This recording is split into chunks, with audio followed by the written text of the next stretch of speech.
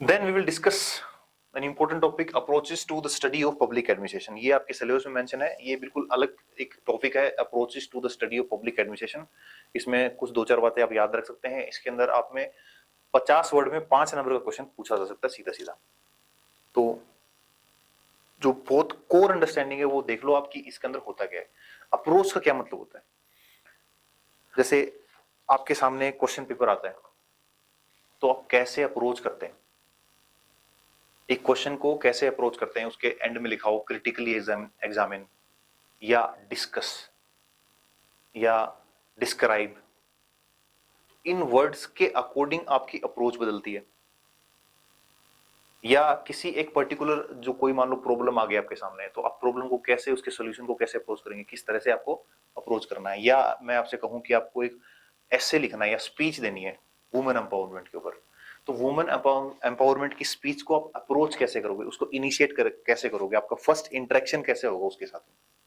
First interaction कैसे हो सकता है आपका, ऐसे हो सकता है कि आप अपनी कहानी सुनाने लगो कि भाई देखो हमारे गांव में एक ग्रुप था, उन्होंने एक सेल्फ हेल्प ग्रुप बनाया, बैंक से उनको सहायता मिली और उसके बाद उन्होंने अपना बिजनेस चलाया, और ये एक स्टोरी है हमारे गांव की जिसमें वुमेन एम्पावरमेंट होता है। तो इसको क्या कहेंगे, इसको कहेंगे केस स्टडी अप्रोच। आपने केस स्टडी सुनाई, उसके बाद आपने अपना स्पीच उसको इनिशिएट करा, और इसी तरीके से आप केस स्टडी से चीजों को समझाते गए। एक अप्रोच ऐसी हो सकती है, आपने हिस्ट्री से उठाना शुरू किया, कैसे वुमेन एम्पावरमेंट एंशिएंट सिविलाइजेशन से आज तक चलता आ रहा है, आज तक कैसे वो चीजें एप्लीकेबल हैं, या मुगल एरा के अंदर या सल्तनत पीरियड के अंदर या ब्रिटिश पीरियड के अंदर किस तरह से वुमेन्स का रोल बढ़ा। तो ये क्या होगी, historical approach.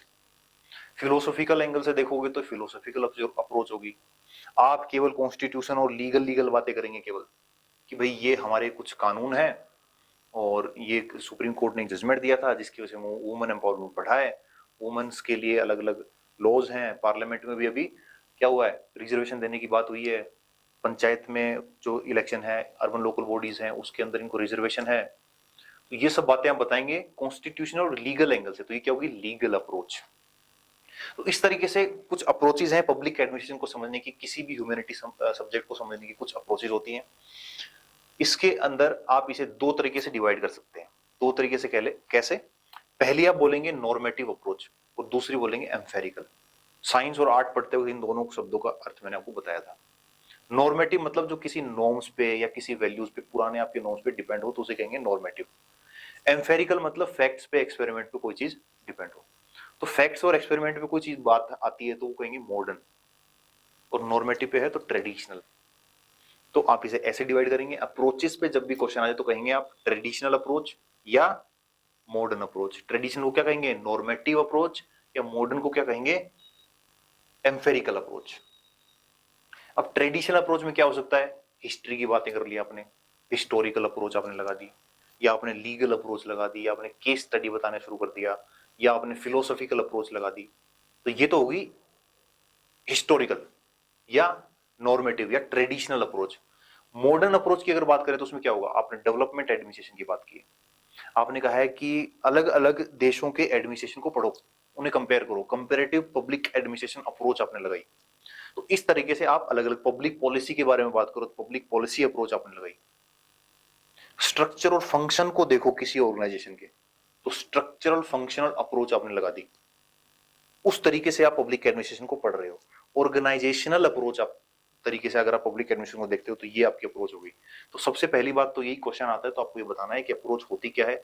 The first interaction of yours with the subject is approach. किस तरह से आप इंटरेक्ट करते हो, किस तरह से आप उसे पढ़ते हो, ये आपकी क्या है, अप्रोच है।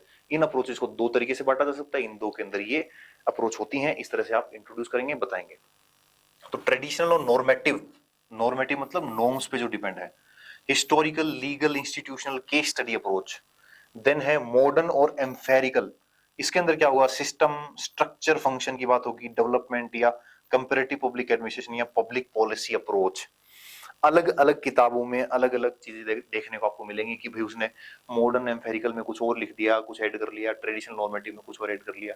बट आपको एक एक फिक्स सोर्स आप कर लो, उसे आप याद कर लो, ठीक है। अब देख लेते हैं थोड़ा थोड़ा इनके बारे में, क्योंकि मैक्सिमम क्या हो सकता है, 100 नंबर में पूछा जा सकता है, इससे ज्यादा पूछा नहीं जा सकता। और ये मुझे जहां तक लगता है 50 वर्ड से ऊपर ये क्वेश्चन नहीं बनता है, बट फिर भी इसके बारे में थोड़ा थोड़ा हम जान लेते हैं। हिस्टोरिकल अप्रोच, सबसे पहले हिस्टोरिकल डेवलपमेंट किस तरह से हुआ और उनका प्रेजेंट पे क्या इंपैक्ट होगा। आपने कौटिल्य के अर्थशास्त्र की बात की, आपने आईने अकबरी की बात की, आपने किस तरह से फेडरलिस्टिक डेवलपमेंट इन यूएस से किस तरह से 4 स्टेजेस में डेवलप हुआ, जेफरसन के टाइम क्या था, रीगन के टाइम क्या था, जैक्सन के टाइम क्या था, तो ये सब आप बताने लग गए। उस तरह से पब्लिक एडमिनिस्ट्रेशन को अगर पढ़ना चाहते हो, उस तरह से अगर पब्लिक एडमिनिस्ट्रेशन थ्योरी डेवलप करते हो, तो वो हिस्टोरिकल अप्रोच है। Historical development in the past having its impact on the present. Kautilya's Arthashastra and book on Mughal administration and British administration क्या है ये glimpse of the past administration system in India. L D white ने बताया कि किस तरह से, L D white कौन, आप समझ गए होंगे अभी तो, बिल्कुल जानकार हो गए होंगे आपके। L D white has described the American federal structure administration in its formative period through 4 remarkable stages.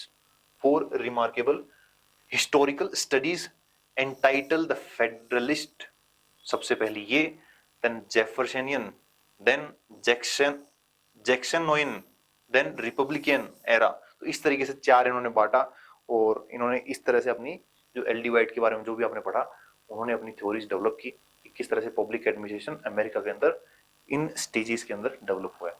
तो अगर आप ये अप्रोच लगाते हो तो ये पब्लिक एडमिनिस्ट्रेशन की हिस्टोरिकल अप्रोच है, इतना ही आपको इसके अंदर जानना है। दूसरा है लीगल अप्रोच, और लीगल होने के कारण इसे ज्यूरिस्टिक अप्रोच भी कहते हैं। क्या कहते हैं? Jurist approach. इसके अंदर आप क्या करेंगे, मोस्ट पॉपुलर इन कॉन्टिनेंटल, ये किस क्या है, फ्रांस, जर्मनी, बेल्जियम के अंदर बहुत पॉपुलर है, और ब्रिटेन और यूएस भी इसके एडवोकेट हैं। इन यूएस से गुडनो ने क्या लिखा था बताओ मेरे को भाई, 1900 में गुडनो ने क्या लिखा था, विल्सन को कैसे सपोर्ट किया था गुडनो ने, was the main advocate of this approach। तो ये भी आपको ध्यान रखना, अगर कोई अप्रोच पे क्वेश्चन आ जाए कि write down about the legal और juristic approach of public administration, तो आपको शुरुआत में तो कुछ वर्ड्स में बता देना अप्रोच होती क्या है और किसका पार्ट है, ट्रेडिशनल और नॉर्मेटिव अप्रोच का पार्ट है, हो गए।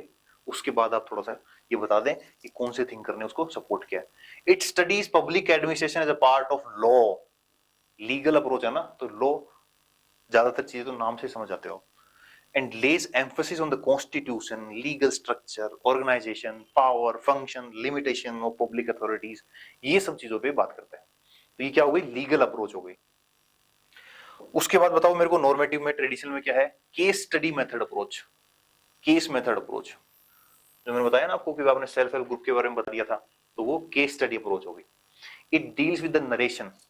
नरेशन क्या होता है, आपने कोई स्टोरी सुनाई, कोई केस बताया, तो वो क्या है, narration. It deals with the narration और स्पेसिफिक इवेंट दैट कंस्टिट्यूट और लीड डिसीजन बाय एडमिनिस्ट्रेशन, कि क्या हुआ था ऐसा कि जैसे ही कोरोना आया, कोरोना आने के बाद हमारे एडमिनिस्ट्रेशन ने इस तरह से एक्ट किया, तो ये एक प्रिंसिपल बनता है कि इस तरह से एक्ट करना ऐसी सिचुएशन से निपटने में सबसे कारगर है। या जापान में इस तरह से हुआ, या चाइना ने कैसे कंट्रोल किया। तो अगर ऐसी आप केस स्टडीज पढ़ते हैं तो वो क्या हुई, केस स्टडी अप्रोच हुई पब्लिक एडमिनिस्ट्रेशन को लेके। सीक द रिकंस्ट्रक्ट, बनाओ इसको वापस से बनाओ, the administrative realities and acquaintance the study student of public administration with them. और स्टूडेंट्स जो पब्लिक एडमिनिस्ट्रेशन के स्टूडेंट्स हैं उनको फेमिलियर करवाओ कि अगर ऐसी सिचुएशन आती है तो ऐसे इसे डील किया जा सकता है। It become popular in USA, 1930s में पॉपुलर हुई, और ये ट्रेडिशनल है, नॉर्मेटिव, आप याद रखें। इन इंडिया ऑल्सो, इंडिया के अंदर भी हमने इंस्टीट्यूट बताया मैंने आपको, Indian institute of public administration, और जो लबासना है, लाल बहादुर शास्त्री एकेडमी, तो वहां भी बच्चों को जो स्टूडेंट्स हैं सेलेक्ट हो जाते हैं तो उनको बहुत सारी केस स्टडीज के थ्रू बताया जाता है। तो इंडिया के अंदर ये केस स्टडी जो मेथड अप्रोच है यूज होती है, इनको बताया जाता है कि किस तरह से कोई सिचुएशन आपके सामने आती है तो कैसे आपको मैनेज करना। और ये बहुत इंपॉर्टेंट है कि केस स्टडी से बताया जाए तो बच्चों को थोड़ा जल्दी समझ में आता है, वो ना स्टोरी टेलिंग के तरीके से, कि भाई एक पर्टिकुलर गांव के अंदर या पर्टिकुलर डिस्ट्रिक्ट के अंदर इस तरह की समस्या आई थी। जैसे होता है ना कुछ मॉडल होते हैं, कोरोना के अंदर भीलवाड़ा मॉडल बना था राजस्थान में, तो वो केस स्टडी है अपने आप में, ठीक है। तो ये एनवायरमेंटल प्रोटेक्शन की कोई केस स्टडी हो, या वुमेन एम्पावरमेंट की केस स्टडी हो, या माइनॉरिटीज के प्रोटेक्शन की कोई केस स्टडी हो, तो अलग अलग तरीके से इसको समझाया जा सकता है। देन इसके सपोर्टर कौन से हैं, ये वो इंपॉर्टेंट है, ये आपको रटना पड़ेगा भाई। देखो, डिवाइड वोल्डो, पॉल एप्पलवे। पॉल एप्पलवे जो कहते हैं केस स्टडी अप्रोच ही पब्लिक एडमिनिस्ट्रेशन है। पॉल एप्पलवे कौन है, ये वो हैं जिनकी वजह से हमारे यहाँ Indian institute of public administration बना था।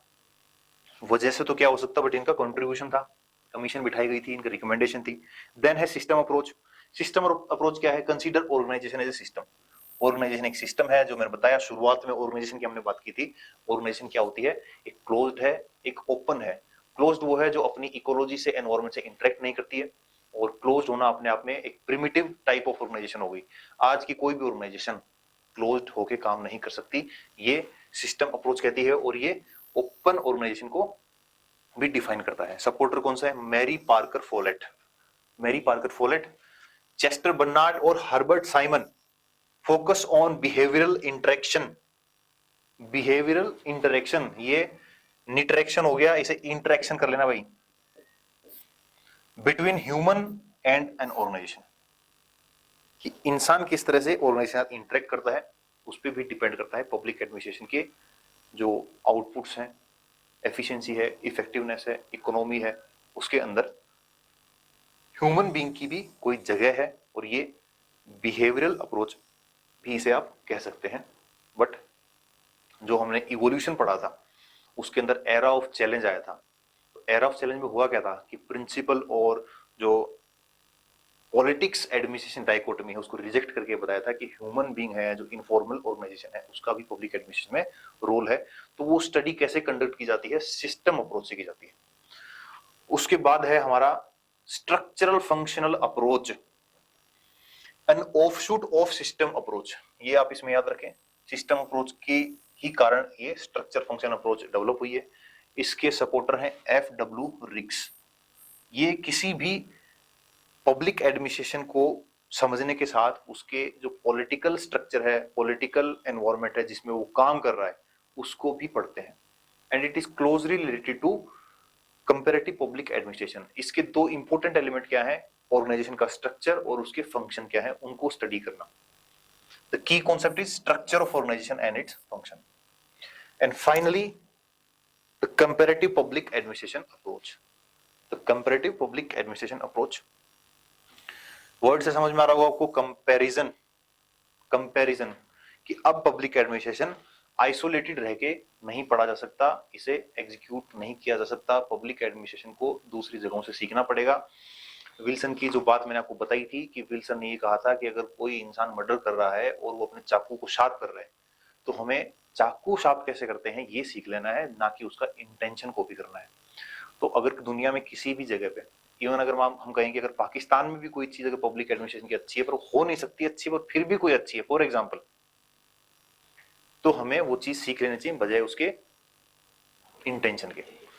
डिफरेंस पता ना आपको दोनों में क्या डिफरेंस होता है? कि Pakistan is a country where military has a state, but India is a country where state has a military.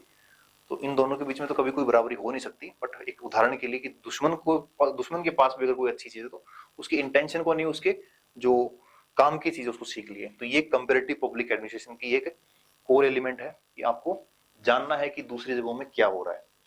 इसके अलावा ये वर्ल्ड वॉर सेकेंड के बाद एमर्ज हुई study on the comparative basis. Comparative basis पे स्टडी करनी है। Theories apply to diverse culture and national settings. Then prerequisite for the development of science of administration. अगर आपको साइंस डेवलप करनी है एडमिनिस्ट्रेशन की, तो आपको कंपैरेटिव स्टडी करनी ही होगी। और इस जो अप्रोच है, ये जो अप्रोच है, इसके सपोर्टर्स हैं वो है विल्सन, फेरल, हेडी, वोल्डो और साइमन। ये आपको याद रखना है इन सबका नाम। तो ये हुई आपकी अप्रोचेस।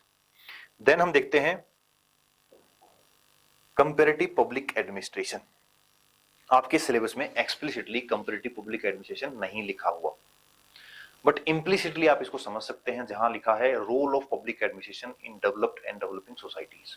तो आपको कुछ कैरेक्टरिस्टिक्स पता होने चाहिए कि डेवलपिंग कंट्रीज और डेवलप कंट्रीज में क्या अंतर होता है, या वहां के पब्लिक एडमिनिस्ट्रेशन की कैरेक्टरिस्टिक्स क्या है, किस तरह से वहां के पब्लिक एडमिनिस्ट्रेशन को आप डिफाइन कर सकते हैं। अब फिर आप बताएंगे कि इन दोनों के बीच में क्या डिफरेंस है, क्या इनके अलग अलग रोल उन कंट्रीज के अंदर होते हैं। डेवलप्ड और डेवलपिंग सोसाइटीज के अंदर इनके रोल को आप डिफाइन लिस्ट कर पाएंगे। तो कंपैरेटिव पब्लिक एडमिनिस्ट्रेशन में क्या देखते हैं? सबसे पहले एज सच ये कंपैरेटिव पब्लिक एडमिनिस्ट्रेशन जो अलग से एक टॉपिक है उस तरह से नहीं देखना। हमारा पर्पस यहाँ ये है कि हमें देखना है कि role of public administration in develop and developing societies वो समझ में आ जाए। तो इसके लिए सबसे पहले हमें देखेंगे कि डेवलप्ड सोसाइटी डेवलप सोसाइटी या कंट्री, या दूसरा डेवलपिंग।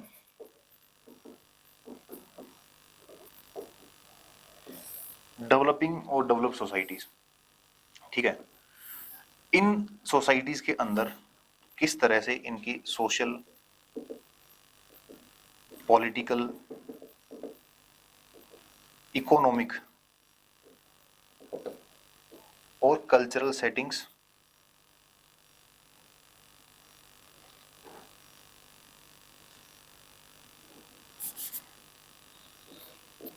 कल्चरल,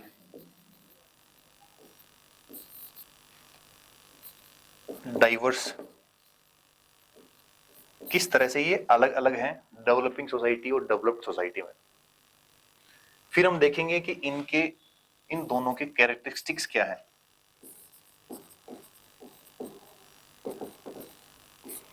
इस तरह की दोनों सोसाइटीज के कैरेक्टरिस्टिक्स क्या हैं, depending on the diversity in social, political, economic and cultural, जो सेटिंग्स है वहां की, जो इकोलॉजी है इन चारों को लेके, तो उनमें क्या डिफरेंस है, इनके कैरेक्टरिस्टिक्स क्या है। और उसके बाद हम देखेंगे कि यहां जो पब्लिक एडमिनिस्ट्रेशन है, वो कैसे इंपैक्ट होता है इन सब चीजों से। पब्लिक एडमिनिस्ट्रेशन कैसे इंपैक्ट होता है, आपको पता है पब्लिक एडमिनिस्ट्रेशन। देखिए पब्लिक एडमिनिस्ट्रेशन में एक बात आप पक्का याद रखिए किसी भी ह्यूमैनिटी सब्जेक्ट में, that whenever there is the central element of any organization is human being, then that organization will definitely be affected by the environment or ecology. It will interact with the environment. Give and take का relationship चलेगा, दुनिया आगे बढ़ेगी, society develop होगी, society liberal होगी, intellect बढ़ेगा, लोगों का सोचने समझने का तरीका बढ़ेगा, लिटरेसी बढ़ेगी, तो पब्लिक एडमिनिस्ट्रेशन भी उस तरीके से आगे बढ़ेगा, ट्रांसपेरेंट होगा, अकाउंटेबल होगा, रेस्पॉन्सिबल होगा। ये पक्की बात है। ये कोई मशीन नहीं है कि एनवायरमेंट का जिसको फर्क नहीं पड़ता हो, मशीन को भी पड़ता है, बट ह्यूमन बीइंग मशीन को इस तरह से, जैसे मान लो गाड़ी है, सर्दी में भी आपने चलाई तो चल गई, गर्मी में चलाई तो चल गई, बिजली है, आपने बटन ऑन किया, लाइट है तो पंखा चलेगा, चाहे बाहर दंगे फसाद हो रहे हो, चाहे कुछ भी हो रहे हो, इसको फर्क नहीं पड़ता। बट इंसान के इमोशन वैल्यूज बदलेंगे। That's why whenever there is a central element of any organization is human being, it will always be get affected by the environment and ecology.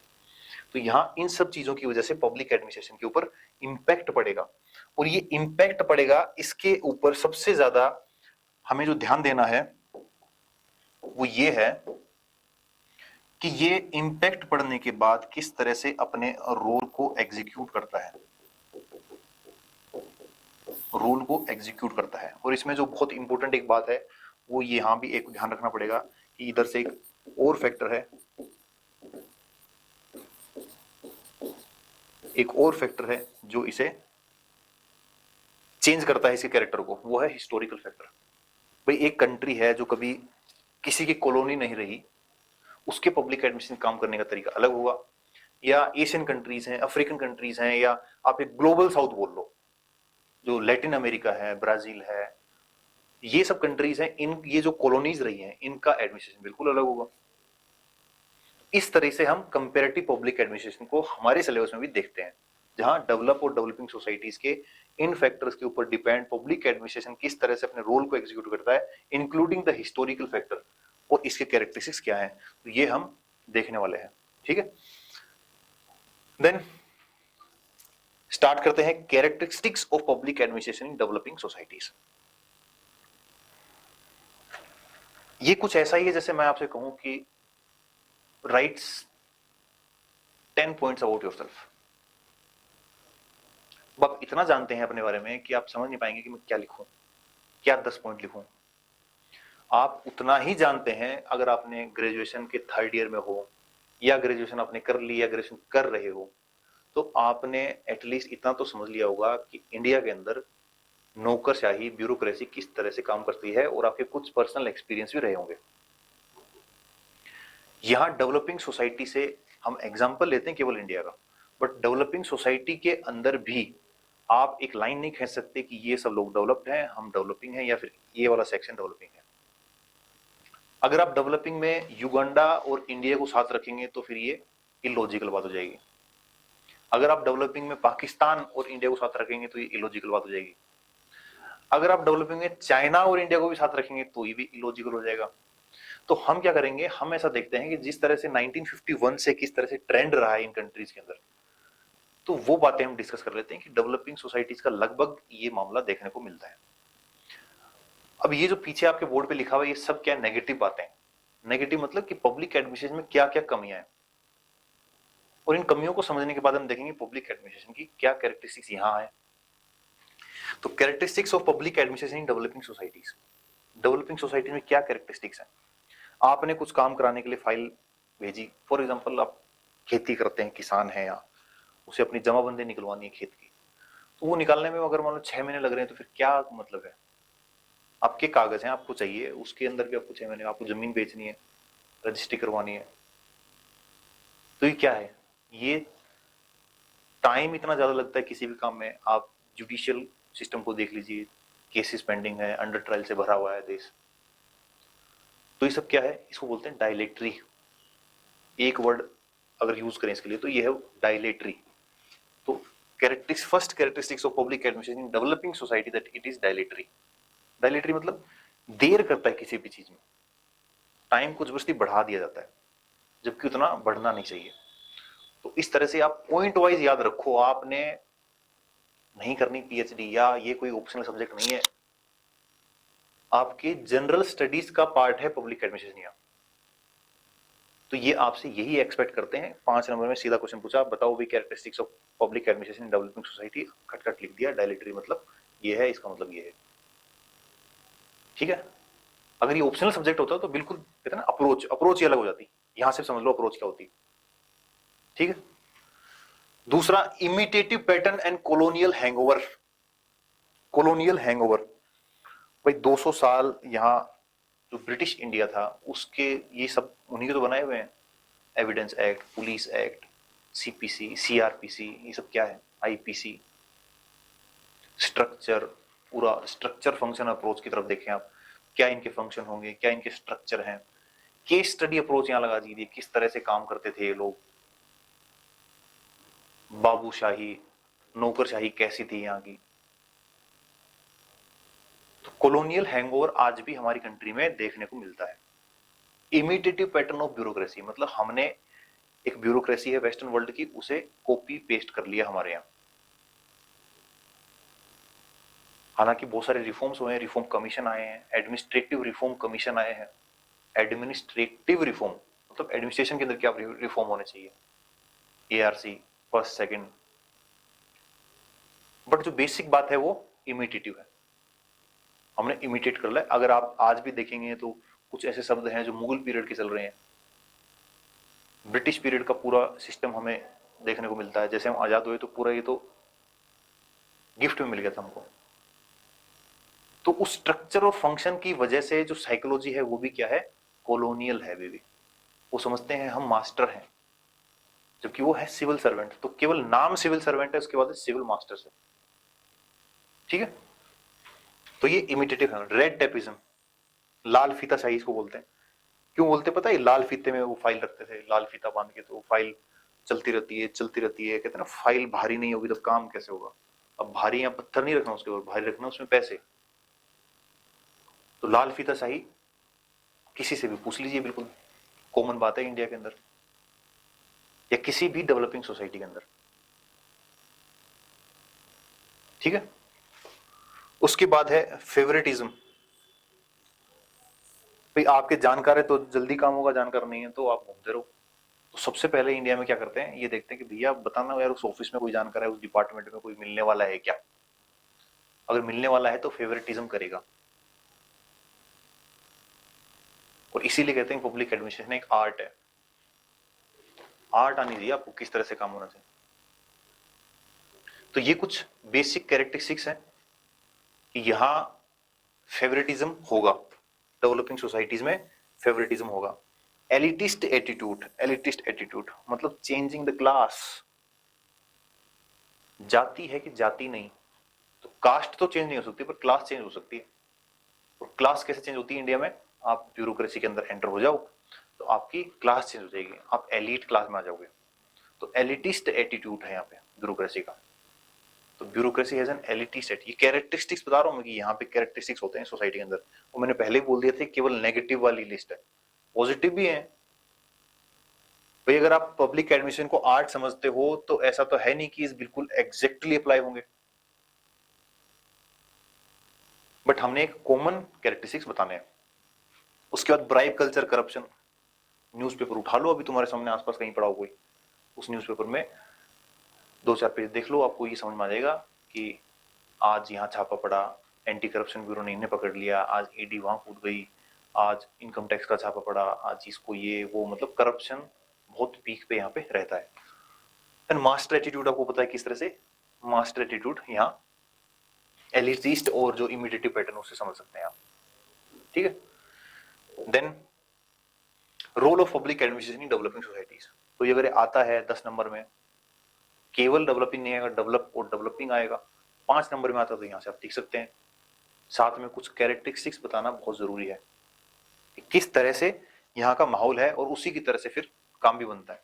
तो role of public administration in developing societies, किसी भी developing society में public administration का role क्या होगा। अगर आपको याद हो तो विलोवे ने कहा था कि public administration is a fourth branch of government. Fourth branch होने का अपने आप में क्या मतलब है, that is very important, that is all pervasive. Public administration hardly leaves any gap, it is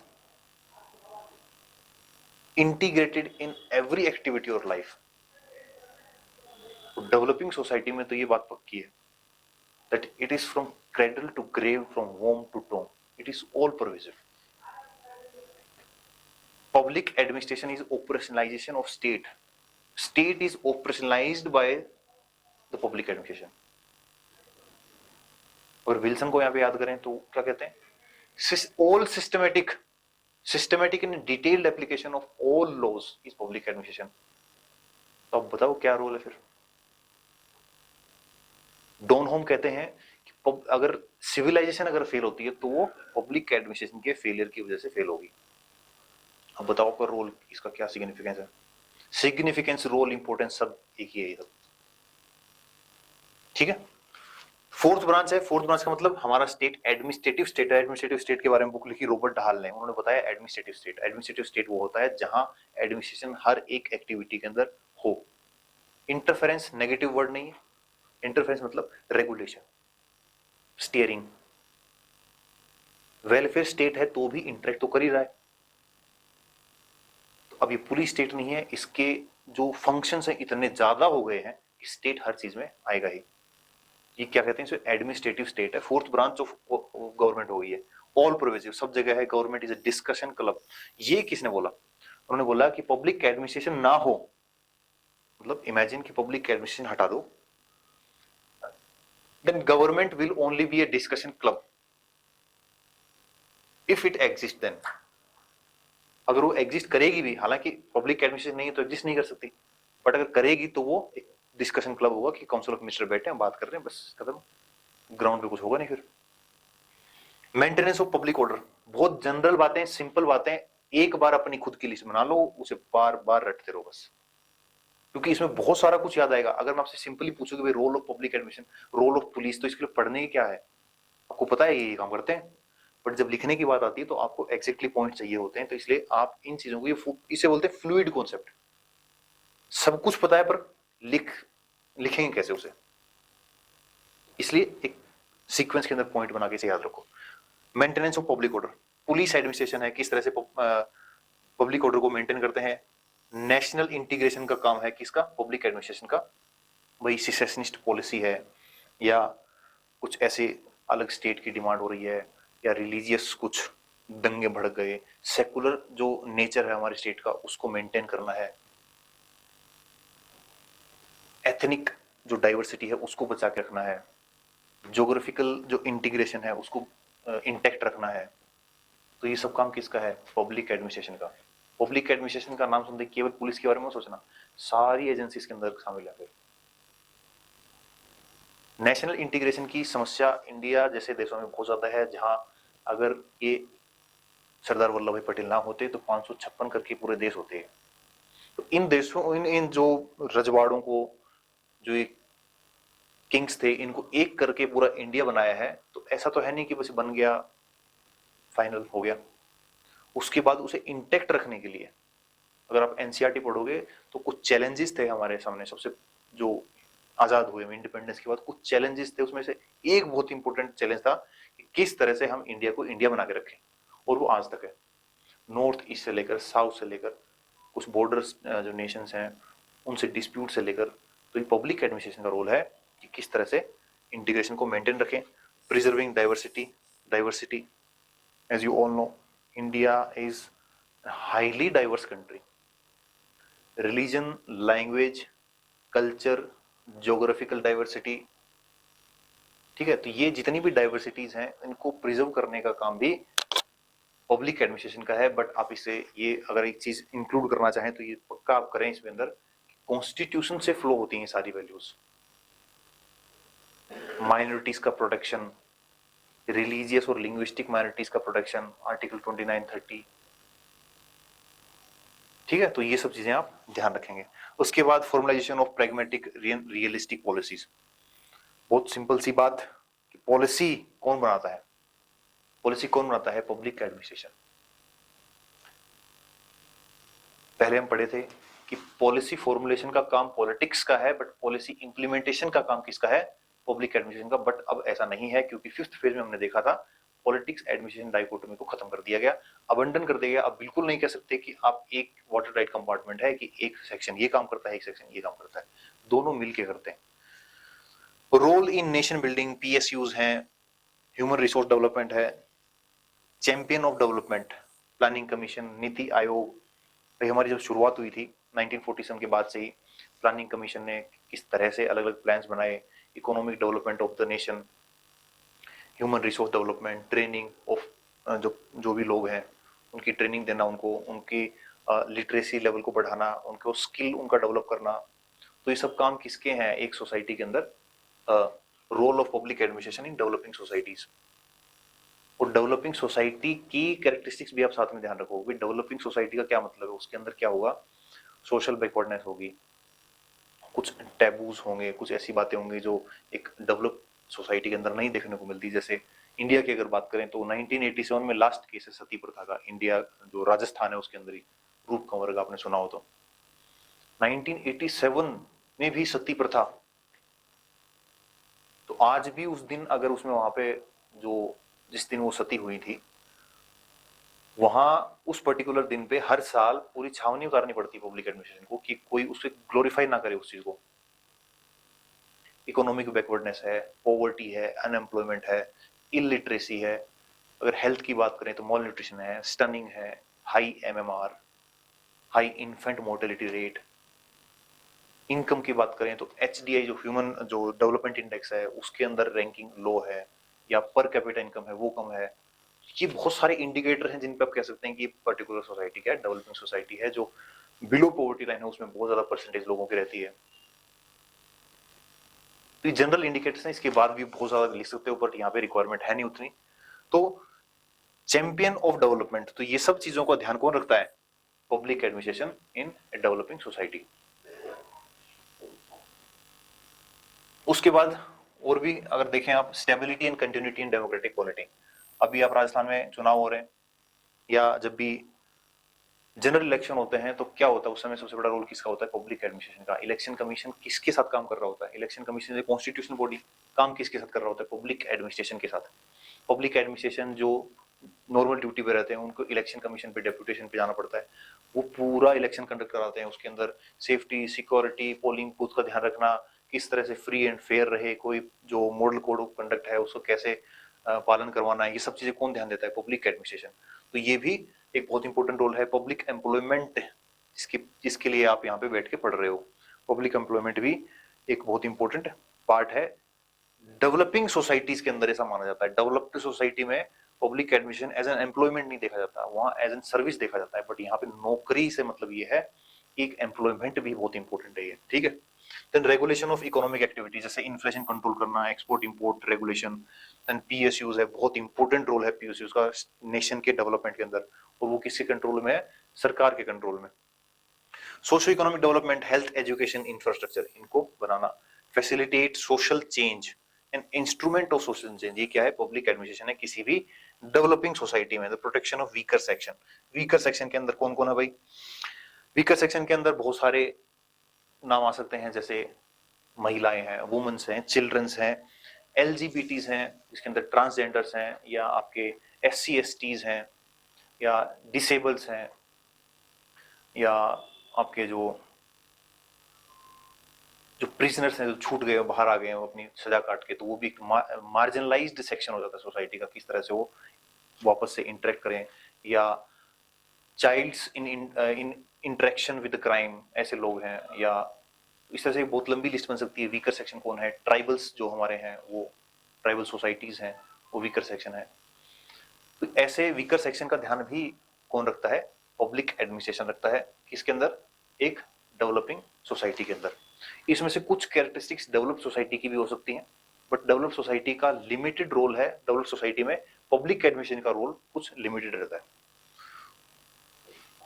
Then we have characteristics of public administration in developed societies. Developed society में public administration कैसा होगा? भाई आप ऐसे सोचो कि जापान के अंदर कोई ऑफिस के अंदर एक ऑफिसर बैठा है, वो कैसे काम करेगा? जापान के कोई पुलिस ऑफिशियल है, वो कैसे काम करेगा? हेल्थ ऑफिसर है, वो कैसे काम करेगा? जापान के अंदर लोगों के अंदर, हमारा ना फोन के अंदर एक साइलेंट मोड है, एक वाइब्रेशन, उनके अंदर एक माना मोड होता है। माना का मतलब होता है मैनर, तो मैनर मोड होता है। इतने डिसेंट लोग होते हैं कि कहीं बैठे हैं या कहीं ऐसी जगह जहाँ पे ये नहीं होना चाहिए, तो उस तरह की सेटिंग होती है, माना मोड, तो मैनर मोड उसको बोलते हैं। तो जापान के लिए कहा जाता है कि उनका जीवन जीने का तरीका जो है, उनकी लाइफस्टाइल है, वो बहुत ही मैनर्ड होती है, डिसिप्लिन होती है, वर्कोलिक लोग होते हैं। तो ऐसी सोसाइटी के अंदर, जिसके अंदर अगर 5 बजे छुट्टी होनी है और 1 मिनट पहले कोई चला गया, तो उसके पास नोटिस पहुंच जाएगा। और जो नोटिस पहुंचेगा, तो ऐसा नहीं है कि वो किसी को फोन करके बोलेगा कि चाचा जी, ताऊ जी, देखो ये करवाओ। उसको शर्म आएगी, उसकी सोसाइटी में उसको गिल्ट फील होगी कि मैंने गलती की, मैं 1 मिनट पहले कैसे आ गया। तो ऐसी सोसाइटी के अंदर आपको क्या लगता है पब्लिक एडमिनिस्ट्रेशन की क्या कैरेक्टरिस्टिक्स होंगे? आप खुद सोचो। पब्लिक पार्टिसिपेशन बहुत ज्यादा होगा, यहाँ डिसेंट्रलाइज्ड होगा, एक आदमी के हाथ में सारी अथॉरिटी रिस्पॉन्सिबिलिटीज नहीं होगी, मैक्सिमम डिसेंट्रलाइजेशन आपको देखने को मिलेगा। स्पेशलाइजेशन बहुत ज्यादा होगा। Generalization is a characteristics of public administration is in developing societies. Develop society के अंदर क्या होगा? स्पेशलाइजेशन होगा, स्पेशलिस्ट होंगे एग्रीकल्चर में, हेल्थ में, वाटर में, माइनिंग में, जो भी आप फील्ड का नाम ले, उसके अंदर स्पेशलिस्ट का रोल ज्यादा होगा। यहाँ जनरलिस्ट का रोल ज्यादा रहता है। आप कोई भी डिपार्टमेंट उठा के देख ले, वहां आपको एक जनरलिस्ट, उसका कंट्रोलिंग अथॉरिटी एक डेवलपिंग सोसाइटी के अंदर मिलेगा। प्रोफेशनल होते हैं, हाईली प्रोफेशनल। हाईली प्रोफेशनल क्यों भाई? ट्रेनिंग पे बहुत ज्यादा उनका ध्यान दिया जाता है। सोसाइटी की वैल्यू ऐसी होती है, कल्चर इस तरह का होता है, तो सब चीजें मिला के क्या होता है? ये हाईली प्रोफेशनल है। टार प्रिंसिपल अप्लाई होता है, ये ध्यान रखो आप, इसका क्या मतलब होता है? ट्रांसपेरेंसी, अकाउंटेबिलिटी और रिस्पॉन्सिबिलिटी का बहुत ज्यादा वहां वैल्यू दी जाती है इन चीजों को। Focus on training, then use of state of the art technology. State of the art technology भाई, अभी हमारे यहाँ अभी भी जीप चल रही है। जीप, पुराने जमाने वाली जीप, पुराने जमाने वाला हथियार। साइबर क्राइम, अगर मान लो आपके कुछ फोन में कुछ ऐसा हो गया साइबर क्राइम जैसा, तो बहुत सारे पुलिस स्टेशन ऐसे हैं इसके लिए अलग से बनाए हैं, बट जनरली आपको ये नहीं पता मैं कहां जाऊं। State of the art technology किसका कैरेक्टरिस्टिक्स है? डेवलप्ड सोसाइटी के अंदर पब्लिक एडमिनिस्ट्रेशन टेक्नोलॉजी का बहुत ज्यादा यूज कर रहा है। डेवलपिंग सोसाइटी के अंदर जो रिसोर्स कंस्ट्रेंट होने की वजह से ये नहीं हो पाता है। तो ये हुई आपकी कुछ बातें, characteristics of public administration. Weber ने क्या बोला? आइडियल टाइप ब्यूरोक्रेसी यहां पे बन जाती है, आइडियल टाइप जैसी बन जाती है, आइडियल टाइप हो नहीं सकती। वेबर का अलग से कॉन्सेप्ट है ideal type bureaucracy. Max weber ने ब्यूरोक्रेसी के ऊपर बहुत ज्यादा लिखा है, इनका ये कोर एरिया है। रिक्स ने क्या कहा? बैलेंस्ड पॉलिटिकल डेवलपमेंट के अंदर ये काम करते हैं, और ये डिपेंड करता है कि पब्लिक एडमिनिस्ट्रेशन किस पॉलिटिकल एनवायरनमेंट के अंदर काम कर रहा है। अगर वो ऐसी जगह काम कर रहा है जहां पे कोलिजन गवर्नमेंट है, जो उसके पॉलिटिकल एग्जीक्यूटिव हैं, या उसको जो सुपीरियर हैं, सुपर ऑर्डिनेट जो हैं, उनको खुद कुछ नहीं पता, तो फिर वहां पे क्या होगा? पब्लिक एडमिनिस्ट्रेशन क्या करेगा? पब्लिक एडमिनिस्ट्रेशन डोमिनेट करेगा। पब्लिक एडमिनिस्ट्रेशन बताएगा कि सर ऐसे करो। अगर मान लो नेताजी कह रहे हैं कि हम बहुत प्राउड फील कर रहे हैं कि हमारा चंद्रयान मंगल ग्रह पे पहुंच गया, और जो भी लोग गए उनकी जो सुख शांति की कामना। तो सेक्रेटरी साहब तो कहेंगे कि सर गलत हो गया, तो हमारा चंद्रयान चंद्रमा पे गया है, मंगल पे नहीं गया। तो उसके बाद क्या होगा, उसके बाद नेताजी को बात सुननी पड़ेगी। सेक्रेटरी जो हैं या फिर जो भी उनके एडवाइजर हैं, जो पब्लिक एडमिनिस्ट्रेशन का पार्ट है, वो उस पर्टिकुलर चीज के बारे में ज्यादा जानते हैं, तो डोमिनेट करेंगे फिर वो। तो ये भी अपने आप में क्या होता है, एक डेवलपिंग सोसाइटी का कैरेक्टरिस्टिक्स है पब्लिक एडमिनिस्ट्रेशन का। यहाँ पब्लिक एडमिनिस्ट्रेशन इज डोमिनेटिंग, ठीक है। यहाँ हर चीज में इंटरफेरेंस रहता है। पॉलिटिक काम क्या है कि भाई आप ये देखो कि आपको जीतना कैसे, बस, ठीक है। देन बैलेंस पॉलिटिकल डेवलपमेंट के अंदर काम करते हैं, तो यहाँ पे ऐसा कुछ इशू आता नहीं है कि इनके जो सुपीरियर है वो भी लगभग इतना ही जानते हैं, इतना पूरा तो नहीं जानते होंगे, बट यहाँ से डेवलपिंग सोसाइटी से बहुत ज्यादा हालत ठीक रहती है इनकी। Role of public administration in developed societies. Developed society में क्या रोल है, कैरेक्टरिस्टिक्स आप जान गए हैं।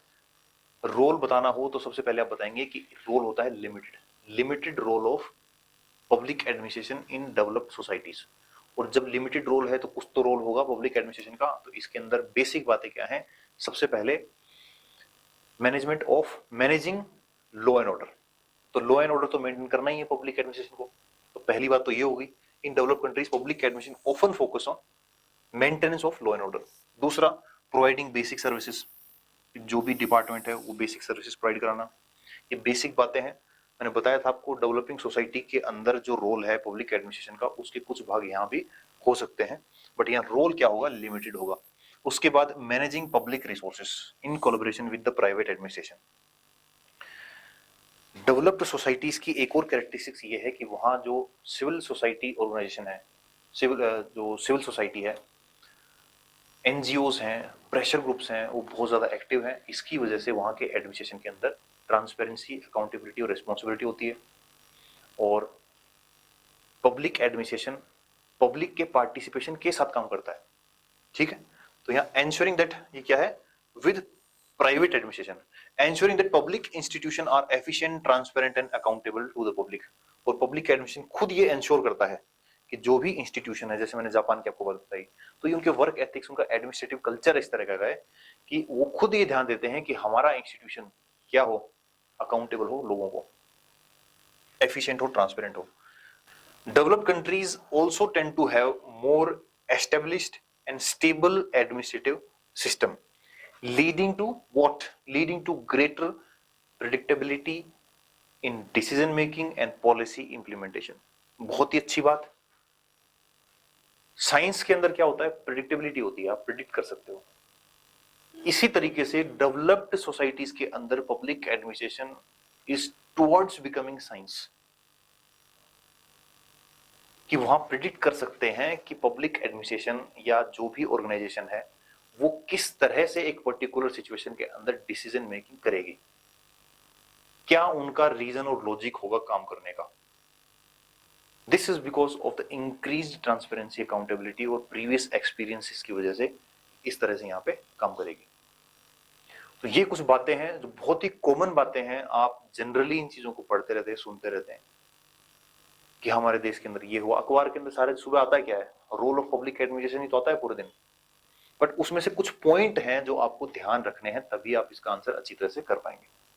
सो ये सब चीजें हमें आज डिस्कस करनी थी, जिसमें हमने क्या देखा, हमने देखा एडमिनिस्ट्रेशन, ऑर्गेनाइजेशन, मैनेजमेंट में अंतर क्या है, ऑर्गेनाइजेशन होती क्या है। उसके बाद हमने देखा कैरेक्टरिस्टिक्स क्या है, रोल क्या है, अप्रोच क्या है पब्लिक एडमिनिस्ट्रेशन को पढ़ने की। ये सब चीजें हमने आज डिस्कस की। So this is all for today's class. Thank you all for joining me and see you in the next class. Bye bye.